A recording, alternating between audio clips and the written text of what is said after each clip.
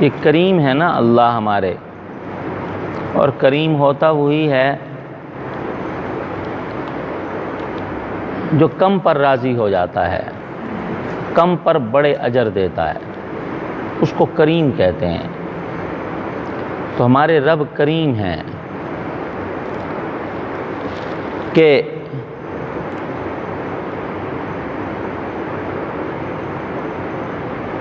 کسی روزے دار کو افطار کرانے سے کئی اجر ہیں۔ ایک اجر تو یہ ہے کہ جتنا روزہ اس نے رکھا اس کے روزے کا اجر افطار کرانے والے کو مل گیا، اور اس کے اجر میں بھی کمی نہیں آئی۔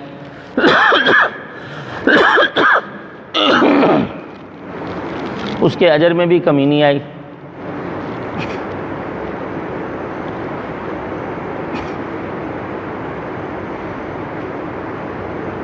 یہ ہماری شریعت کا بہترین ضابطہ ہے، اجر اور ثواب میں تجزی نہیں ہوتی۔ تجزی کا مطلب یہ ہوتا ہے جیسے کسی نے کوئی عمل کر کے کسی کو ایصال ثواب کیا ہے، قل هو اللہ شریف پڑھ کے کسی کو ایصال ثواب کیا ہے، اب جتنا ثواب اس کو پہنچے گا اتنا اس کو بھی ملا۔ دو کو کیا ہے، دو کو 2 مرتبہ قل هو اللہ کا ثواب پہنچے گا، اس کو بھی ملا۔ حتیٰ کہ سارے مسلمانوں کو اس نے 1 مرتبہ قل هو اللہ پڑھ کے ایصال ثواب کر دیا، سارے مسلمانوں کو 1 مرتبہ قل هو اللہ پڑھنے کا ثواب ہوگا، اس کو بھی پورا ملے گا۔ حتیٰ کہ آدم علیہ السلام سے لے کر قیامت تک آنے والے سب مسلمانوں کو ایصال ثواب کیا، سب کو ثواب پہنچ جائے گا، اس کو بھی ملے گا۔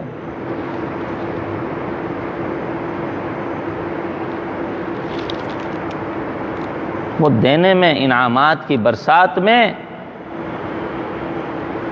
ان کے خزانے ہیں اتنے وسیع، بس وہاں تو ذرا سی بس ادا دکھانے کی بات ہے، انعام و کرم کی، لطف و رحمت کی، وہاں تو بارش برس پڑتی ہے۔ ایسے ہی کسی کو روزہ افطار کرا دیا تو اس کے روزے کا ثواب بھی اس کو ملے گا، لیکن اس کے اجر میں بھی کمی نہیں آئے گی۔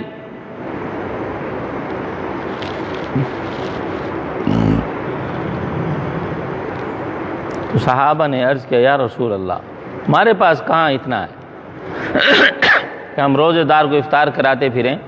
صحابہ کرام کا خیال یہ تھا کہ یہ تو اتنا سارا کھلانا پلانا پڑے گا، اور بندہ دن بھر کا بھوکا پیاسا، وہ تھوڑے بہت سے تھوڑا اس کا گزارا ہو سکتا ہے۔ تو حضور سرور کائنات صلی اللہ علیہ وسلم نے کس قدر آسانی فرمائی، فرمایا 1 گھونٹ دودھ کا کون نہیں پلا سکتا یار، 1 کھجور کا دانہ کون نہیں کھلا سکتا، ارے 1 گھونٹ پانی کا کون نہیں پلا سکتا۔ پانی اٹھا کے کسی کو پیش کر دو، یار آج روزہ آپ اس سے کھول لیں۔ خود نہیں خریدنے جانا کی ضرورت، کھجور لے آئیں اور کسی کو دیں، ارے روزہ افطار کرتے وقت آپ کو کسی نے دی ہے، آپ نے وہ کسی اور کو دے دی، آپ اس سے افطار کر لیں، کہ وہ آپ کی تھی نا۔ آپ کو کسی نے 1 کھجور دی ہے، افطار کر لیں، آپ نے آدھی کسی اور کو دے دی، بھائی آپ اس سے افطار کر لیں۔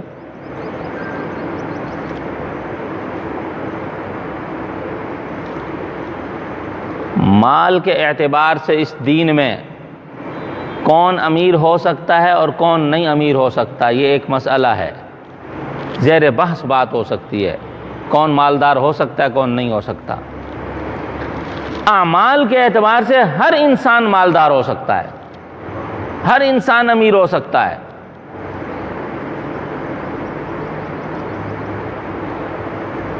ہر ایک کے بس تو نہیں ہے، فیکٹری لگائے، مل لگائے، بہت بڑا کوئی بزنس کرے،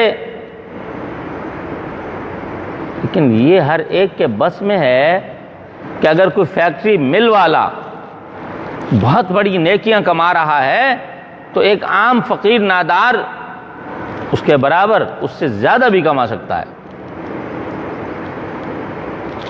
تو نیکی اعمال کے اعتبار سے امیر اور مالدار بننے کی ہر ایک میں صلاحیت ہے، مال کے اعتبار سے وہ ہر ایک کے بس کا کام نہیں ہوتا، وہ ہر ایک کے بس کا کام نہیں ہوتا۔ کتنی شاندار بات ہے اور کتنا آسان راستہ ہے جنت میں جانے کا۔ اور دیکھیں پھر روزہ دار کو کھلانے پلانے اور افطار کرانے میں ایک ضمانت خاتمہ بالایمان کی بھی ہو رہی ہے، اور کتنا آسان راستہ ہے جنت میں جانے کا۔ اور دیکھیں پھر روزہ دار کو کھلانے پلانے اور افطار کرانے میں ایک ضمانت خاتمہ بالایمان کی بھی ہو رہی ہے۔ آپ دیکھیں نا، رسول اللہ صلی اللہ علیہ وسلم نے فرمایا جس نے کسی روزہ دار کو پیٹ بھر کھانا کھلا دیا اللہ اس کو میرے حوض سے پھر پانی پلائیں گے، حوض کوثر سے پلائیں گے،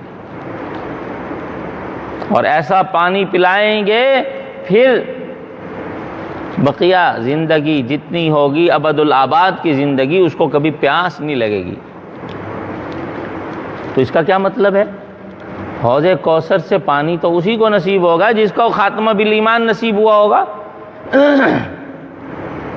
تو گویا جو آدمی خاتمہ بالایمان حاصل کرنا چاہتا ہے اس کے لیے بھی ایک آسان ذریعہ کسی روزہ دار کو روزہ افطار کراتے رہنا چاہیے۔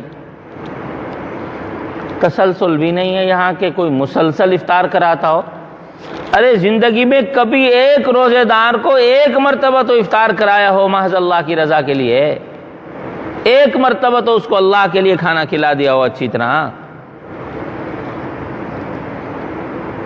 ایک مرتبہ کسی روزے دار کو زندگی میں اپنے پاک اور حلال مال سے اللہ کی رضا کے لیے پیٹ بھر کے کھانا کھلا دیا، وہ اس امید سے رہے کہ انشاءاللہ مجھے خاتمہ بالایمان بھی نصیب ہوگا اور اللہ کے فضل و کرم سے مجھے جام کوثر حوض کوثر سے بھی نصیب ہوگا۔ بس وہ ایک مشہور جملہ ہے کہ تیرا جی ہی نہ چاہے تو بہانے ہزار ہیں، ورنہ جنت کے راستے ایک نہیں ہزاروں ہیں، اور آسان آسان راستے ہیں۔ جیسے ہم کسی پروگرام کے بغیر بہت سارے گناہ اپنے ساتھ لیے ہوئے ہوتے ہیں، چلتے چلتے ہم کوئی نہ کوئی گناہ کرتے جاتے ہیں، بلا وجہ ہو جاتے ہیں، کر جاتے ہیں، کچھ ہو جاتے ہیں ہم سے۔ ارے ایسے چلتے چلتے کوئی نہ کوئی نیکی بھی جیب میں ڈال لینی چاہیے، چلو کوئی بچا بھی تو ہونا چاہیے بھائی۔ جس سفر میں بندہ جا رہا ہوتا ہے پیسے کرایہ کم لگنا ہوتا ہے لیکن 200-400 بندہ رکھ کے ہی چلا جاتا ہے یار، 2-4 ہزار رکھ ہی لیتا ہے بندہ یار، کوئی ہو سکتا ہے کوئی ضرورت پڑ جائے، سفر ہے۔ تو بھائی ہماری زندگی بھی ایک مقصد با مقصد سفر کی طرف رواں دواں ہے، اس کے لیے بھی کوئی نہ کوئی ہمیں جیب میں چیز لے کے جانا چاہیے، خاموشی سے کوئی نہ کوئی نیکی کر کے ہی بندہ جا رہا ہو، اور اللہ اپنے فضل و کرم سے اس نیکی کی برکت سے ہمیں خاتمہ بالایمان اور اخروی دائمی نجات ہمیں عطا فرمائے۔ اللہ تعالی ہم سب کو کئی سنی بات پر عمل کرنے کی توفیق عطا فرمائے۔ وآخر دعوانا ان الحمد للہ رب العالمین۔